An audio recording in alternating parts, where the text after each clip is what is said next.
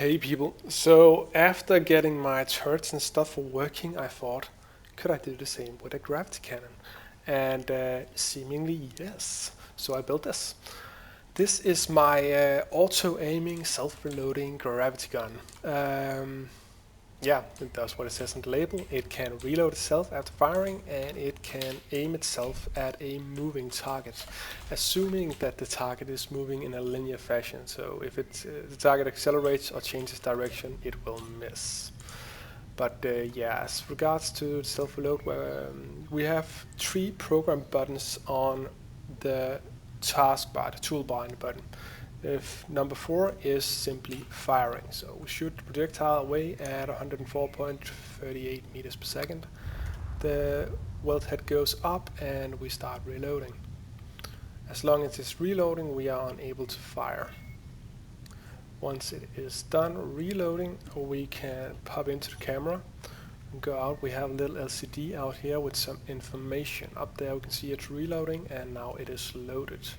So we have the mode up there that is changing the auto targeting feature. So if it's on grid, whatever grid we're pointing at, it will point at the center of the grid. If it's set to point, it will aim at the point we're aiming at when we tell it to shoot something.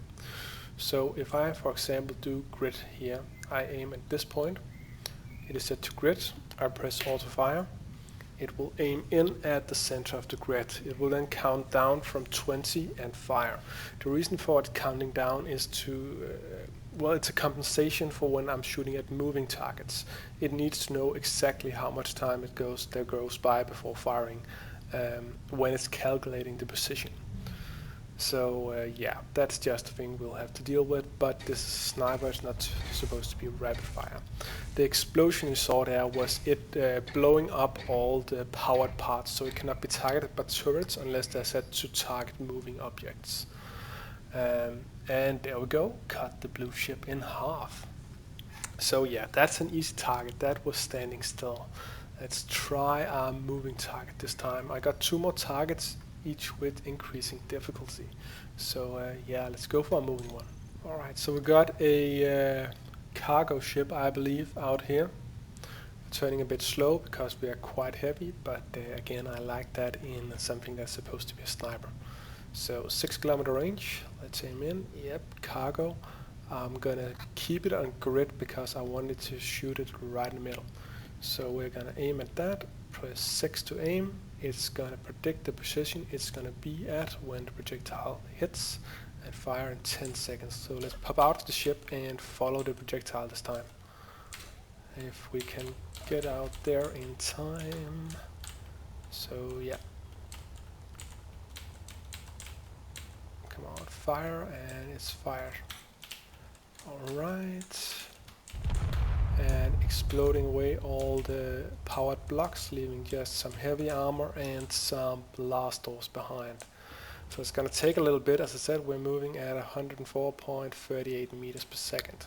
It is still faster than I think all ships can move. I'm not sure about small ones under thruster power, so it should be able to intercept anything. But then again, if you're shooting at something moving straight away from you at 100 meters per second, you're only going to hit it at an effective 5 meters per second, so it's not going to do much good.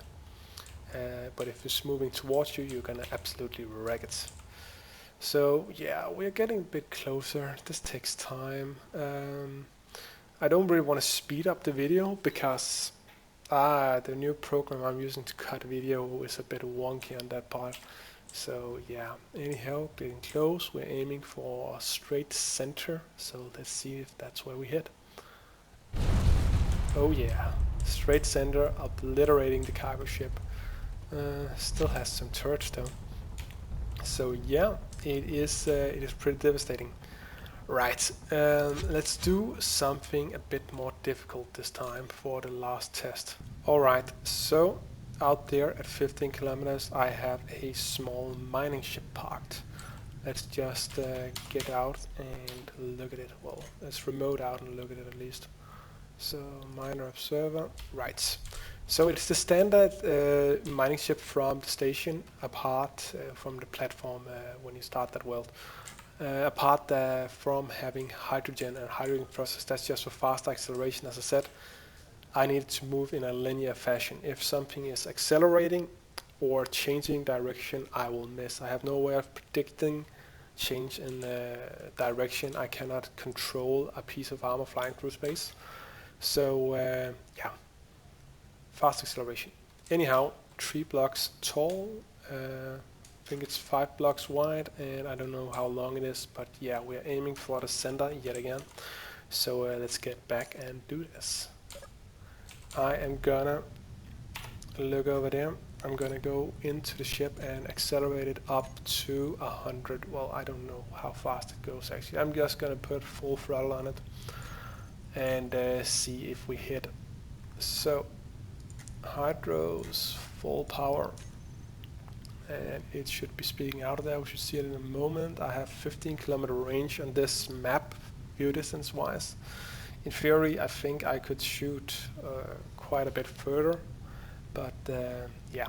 So to target this, I just gotta hit it with a raycar, so I can just spam the 6 key until I hit it. There we go. It is hit. It is aiming. And let's get out there so we can follow the projectile.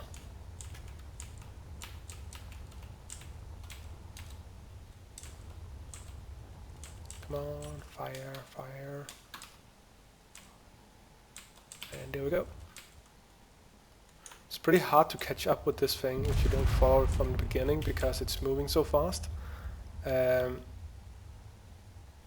no. Okay, so it's moving 104.37. I'm actually not sure if that'll make a difference. It's quite a distance, so it may change the time. Anyhow, yeah, it's pretty hard to catch up with it because you only have an effective speed difference between the astronaut and this projectile of about 5 meters per second. So yeah, it's a pain to catch up to. And yeah, we're moving in close. I think it's moving slightly towards us. I believe I pointed it slightly right of the station over here. I think, didn't we shoot at 10 kilometers or something? But yeah, we're almost there. Let's see if we hit. Straight on.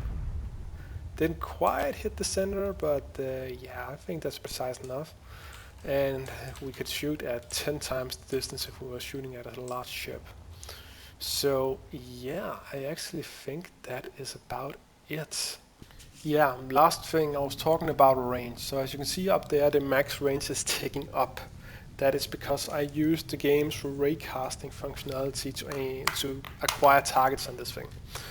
And that has a performance limitation. Basically, a camera will accumulate a range it can raycast. It accumulates about 1,000 meters per second, so 2 meters per millisecond.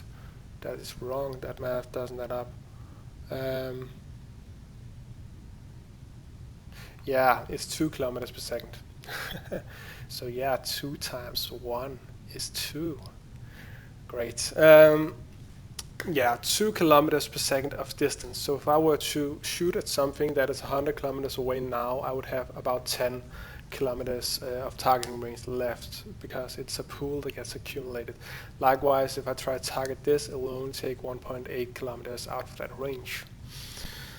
I have not tested this at anything beyond 15 kilometers because that's my viewing distance in this world, but in theory I don't really think there is a limit. As long as you have enough range. I mean, it does a vector prediction and it shouldn't really care about the distance. If the target is completely unreachable, I'm not sure what will happen. I haven't really tried that case because most things move at or below the speed of the projectile. I've considered adding a countdown to impact counter up in the LCD. My only grievance with that is if you want to fire before the first projectile hits, then I'm running out of space. So, okay, yeah, I'm going out on a tangent here. I'm gonna put the link for this world in the description below. So feel free to download it, copy paste it, whatever, use the ship for whatever you want. If you're directly gonna use it in something, I would like my name mentioned, but that's about it. It's fully self-contained, so the script is in, it's all vanilla, of course, as usual, with my stuff, so you can copy-paste it into your world as you wish. Right, thank you for watching. See ya.